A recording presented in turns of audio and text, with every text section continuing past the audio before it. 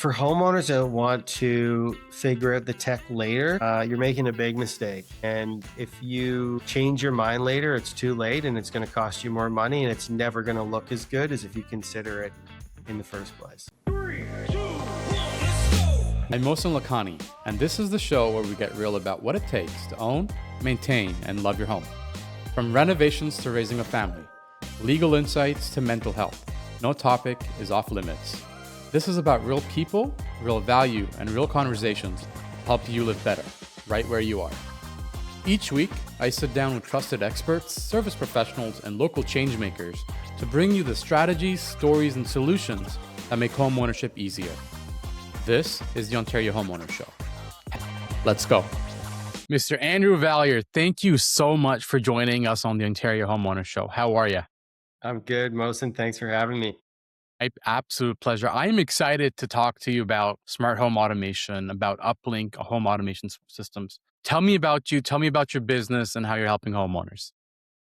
Yeah, so I've been working in the tech industry for 25 years. I know I might not look that old, but my dad had a tech company as well. So, I've really been at the cutting edge of home technology since I was like 12. Like we were building and selling computers at the time. And then people got the internet for the first time in the town I lived in. And then we were actually providing internet to people. We did like rural satellite internet systems. And I've been in thousands and thousands of homes in my life. And it's mostly just because I was, fixing or delivering some kind of home technologies to people. And so about 7 years ago, I started Uplink. My father retired and shut his business down. And it just made sense for me to kind of just go on my own path. And how I really help homeowners is there's a lot of like marketing and like information out there about smart home technology. And most of it is just to sort of sell you this product. It's not necessarily delivering like an experience that you might be hoping the product will do.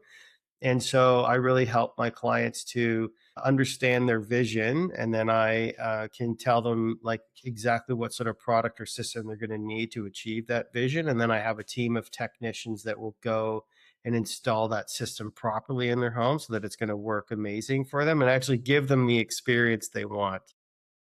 Interesting. So what are you doing differently from a big box store? Well, I'm not really trying to mold you to the product. I'm trying to mold the product to you. So I don't have a specific brand that I'm, partnered with that I have to sell you. I would typically just like to get to know you and your family and like what you guys are trying to achieve. And then I'll customize the system and the products based on that end goal and how I think it's going to best fit you and your family versus a big box store like Best Buy just sells you what they have in stock and that's what you get.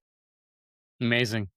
Could you share with us a recent story of how you've helped a homeowner through a tricky situation? I have a really cool one that we did recently that was really unique, but it even made me go like, oh wow, I didn't even know this was possible. And because like we're going into the frontier of home technology all the time, and sometimes I'll be honest, I do some research and make promises to customers and I'm like, I really hope this works. I have to verify, but I'll admit that sometimes the tech industry, it can be misleading in their advertising. So we had a customer, very cool story. A gentleman phoned me from Texas and he was like, I have my brother who, not blood brother, but I think they just are brothers in, relationally. And he's a quadriplegic and he lives at an apartment in Toronto, and it's for people that need 24/7 care. And he was like, he's having a real issue with not being able to change the channels on his TV, and whenever he wants to do that, he has to call somebody to come up to his room and change the channel. If he wants to turn the TV off, he can't do it. He's really dependent upon people, and it's awkward for him. And sometimes he would just love to be able to do it. Is it like on his own? Is there any way you could help him? And I said, well, how does he call people? And he said, well, he uses this Google Home screen that he has in his room. And so I went and did a site visit at the apartment, and I met the gentleman, and I saw his setup, and I said, like, we could technically set this like system up for you where it's basically like an RF repeater. Okay, I know I don't want to get too complicated here, but it's basically the same. When you push a button on your TV remote, it's the radio frequency that changes the channels.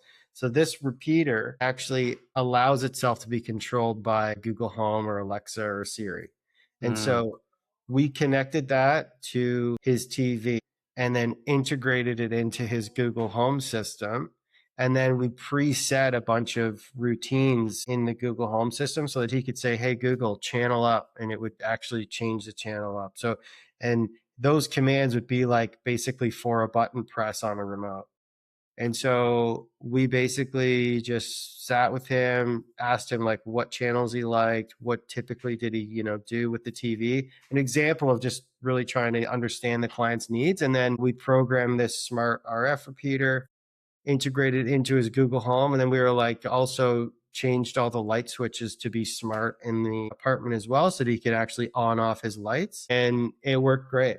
And I was like, wow, I had never used that product before. I didn't know an RF smart device worked like that, and it totally worked. It talked to the TV, it accepted the voice commands. Really interesting. cool product, and the both the brothers were like super happy about it, and they're like, we I didn't bet, even know this was possible. So it just really gave that guy good quality of life, and I man. got a It's amazing. 5-star review out of it. So that was a cool example of like really how far technology can go. It could be a quadriplegic, or you could be extremely lazy, and you could be like, I don't want to do nothing, just voice command everything, and you could do that with your TV. Wow. Yeah. So, is this more common than people realize? Like these unique circumstances and situations? No, that was a pretty unique one. Like I've honestly, when you asked me for a recent example, that one just came to mind because it stood out so much. Love it. Yeah. Love it. Love it. Love it. Awesome. Look, at the end of the day, I think it's crazy for that to happen in the Hmm. sense of you helping them identify or for them to realize what their needs are and being able to deliver at a level that they didn't even know existed. You didn't even know existed, Yeah. right? So Yeah. it's definitely something where I feel with the right partners in smart home automation, these solutions will be tailored to a day-to-day homeowner's life. Hmm. Hmm. Amazing.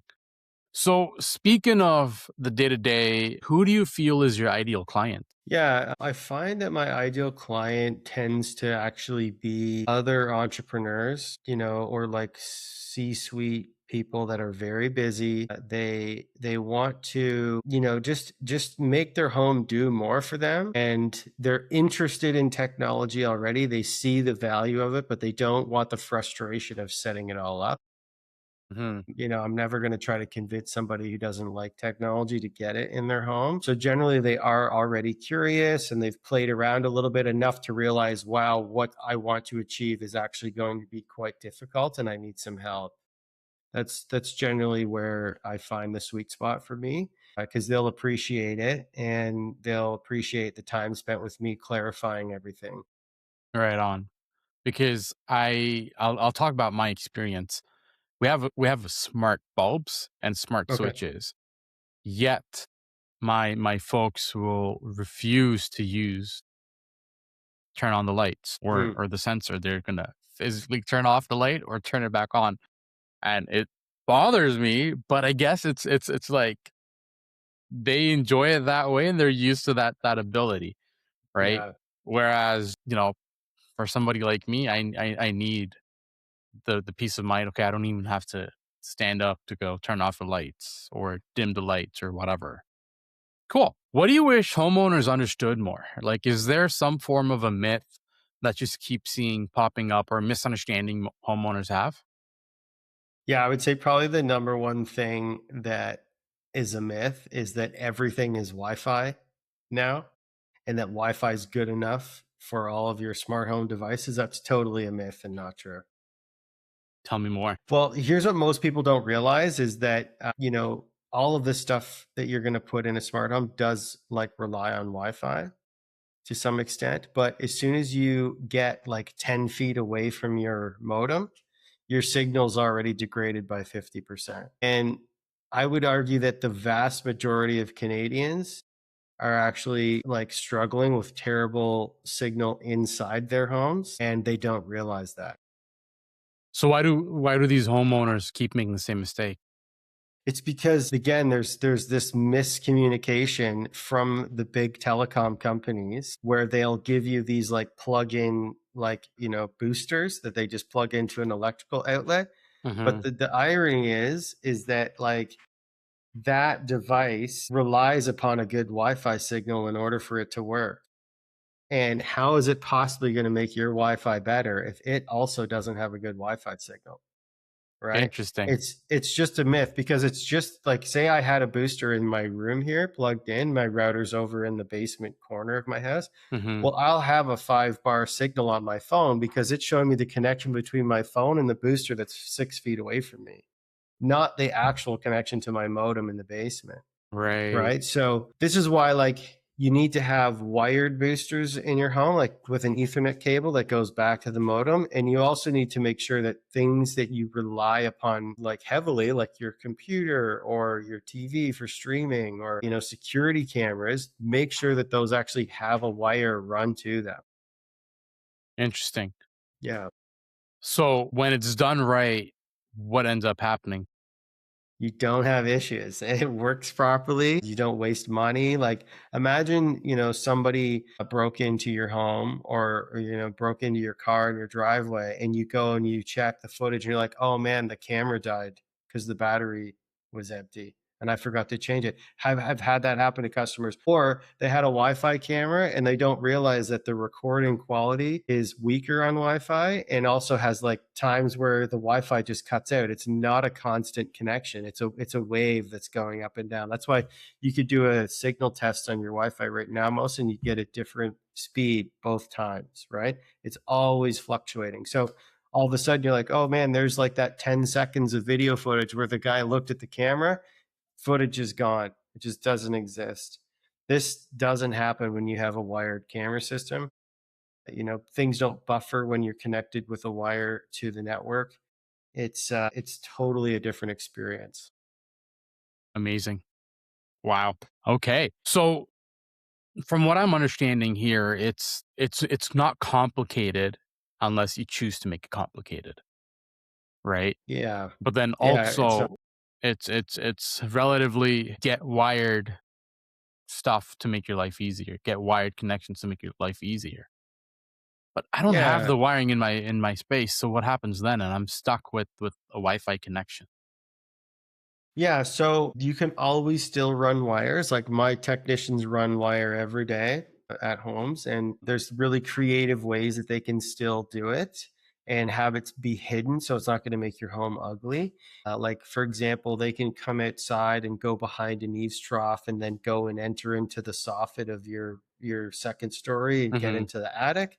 And then they could put a Wi-Fi repeater up on the ceiling in the second floor, or they can come down an interior wall and give you one of those Ethernet plugins like near a computer or something like that. They can come and enter through an exterior wall and do stuff like that. So it's still possible. But like if you're ever doing a renovation, which a lot of people do, they'll do a nice home renovation and then call me and say, Andrew, oh, I want home audio and I want to do this and that. And it's like it's way too late. They've already drywalled, they've already done their insulation. Now they have to have all these visible wires.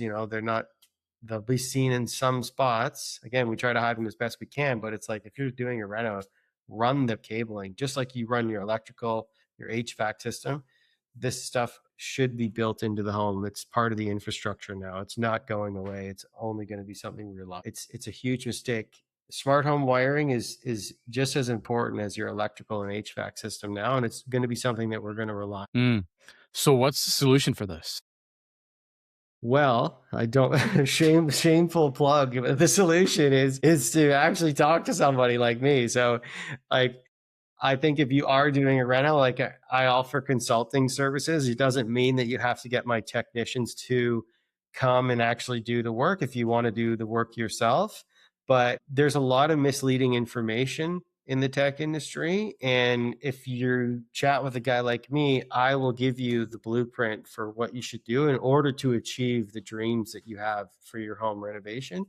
And as a matter of fact, I would say like normally this is something that I charge $150 a month for. And if somebody hears this podcast and wants to come and chat with me, I'd be willing to give them an hour of my time just to get them set on the right path. Amazing. Andrew, that is brilliant. Thank you so much for that offer.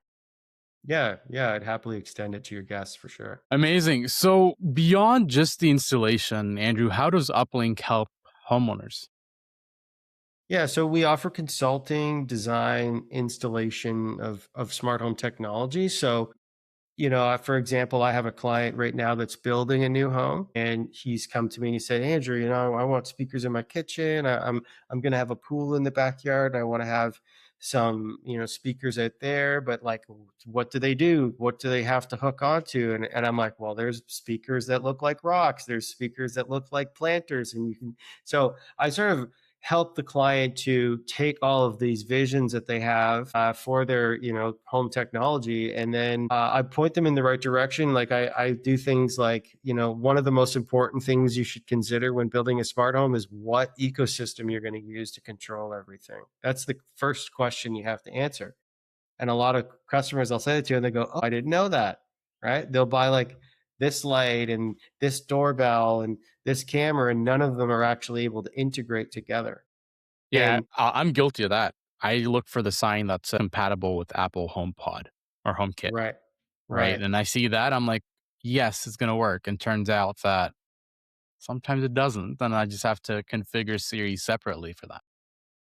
Yeah, and I think that's a bit of an issue in the tech industry is I think the marketing and the hype is it's like somebody promising you something and not actually giving it to you. And it doesn't leave everybody with a good feeling. Mm, I think there is some deception there. And I help to demystify a lot of that with my clients because I have, thousands of hours of tried and true experience. And we really just cut through all that stuff, and I help you to really focus down on what's maybe it's Siri, maybe it's Alexa, maybe it's Google Home or Savant. I really help the customer decide which one they should go with first based on what they want to achieve, and then what products are going to fall into that system, because smart homes actually really become super powerful when you have a bunch of devices that not only can talk to you but can also talk to each other. mm, Right? Like my cameras can identify a human coming onto my driveway or a vehicle, and they can also then talk to my lights and tell my lights outside to turn on when a vehicle comes into my driveway. If I mm, just buy some random smart camera and some random smart lights, they won't be able to do something like that. Is that a feature I like? Yeah, I do like that feature. I don't have to walk in the dark. My wife doesn't have to walk in the dark to the front door when she comes home in the evening, especially in wintertime. I think that's great, or like being able to push a single button that before I go to bed, there's a switch in my bedroom, turns off all the lights in my house. If my garage door is open, it closes it, locks all the exterior doors on my house, and just basically turns my home off. Did I know that I wanted something like that? No, I didn't. Now that I have it, do I absolutely love it? Yes, I do. hey, the little things in life make the biggest difference in quality Yeah. of homeownership, right? What I've realized is I'm extremely lazy, and I wouldn't call it lazy. I would call it creature comforts. How about that? yeah, efficient. It's efficiency. Efficient. Okay? There you go. Yeah. What Yeah. do you think you want to tell homeowners who say, I'm going to figure out the tech later? Yeah. Honestly, this is super common. Super common. You're probably going to waste like up to $10,000 in extra costs that you never thought of because drywall is going to have to be cut, wiring is going to have to be run exposed, and you're going to have to go with different solutions than you would if you just design the system in the first place. So, from what I'm understanding, a homeowner can save up to $10,000 just by having an hour's consultation with you for free. Absolutely. And the overall product will look better. It'll look way better. It'll be hidden and clean. It'll look like it's wireless, but it will have the effectiveness of a wired device. You can't get better than Brilliant. I can't get better than that. no. Andrew, this has been amazing. Thank you so much for joining us on the show. One last thing. What's been your experience as a homeowner in Ontario? Well, the work never ends. That's honestly been my experience. Like me and my wife Julia bought a house in October 24 together because we've been dating and we decided we're going to move to the next Hmm. step. And but I did buy this home because I wanted a bit of a fixer upper. And man, dude, I've been working nonstop on this place. So I'm like, I'm like excited. We did a full basement renovation. I just finished solar panels on the roof, the backyard, like in the home too. Like it was an elderly woman who actually hadn't been here for 4 years. So there was just like a lot of I knew this getting into it, but man, it's been a lot of work. It's been a lot of that would be but you know what? There's a lot I love about that too, because it's like being a renter, which I have been in the past. I always have all these visions and dreams, and I go, "Well, I can't do it." And I go, I can't do it." Right? Whereas here, I have all these visions and dreams, and I can actually fulfill them for myself, which is, I know it gives me a lot of work to do, but it is also very rewarding. And I like to see my work, fulfilled before my eyes. If that makes sense. It definitely does, my friend. Yeah. Awesome. Well, where can people find you, Andrew? Yeah, probably the best way to find us is at our website. It's www.uplink.ca, and uplink is spelt with a Y instead of an I. That's probably the best place to get us. Or if you want to shoot me an email, it's just andrew@uplink.ca. Perfect. So that's uplynk.ca. Yeah, exactly. Amazing. Folks, that's a wrap on this episode of the Ontario Homeowner Show. Now, I don't know what resonated with you the most, but here's what I hope you took away. The people we're bringing on are change makers. They're out there doing the work that makes your life better. One home, one family, one conversation at a time. If that's something you want more of, hit subscribe wherever you're listening. And if you want the highlights, tools, and guest takeaways straight to your inbox, go to ontariohomeownershow.ca and leave us your name and email. Thank you for listening. I'll see you next time.